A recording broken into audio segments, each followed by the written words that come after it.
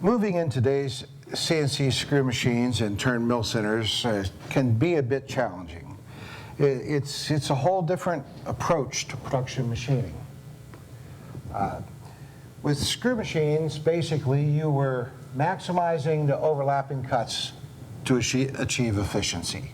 There's other things that you did, but that's the primary method of getting somewhere.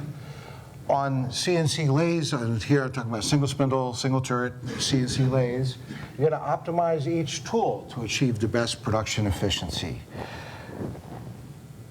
These two approaches don't reconcile real easily.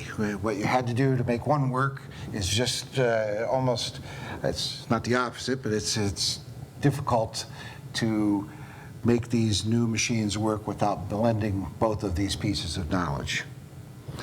Mastering the technology can give you the best of both worlds. CNC results with screw machine speed.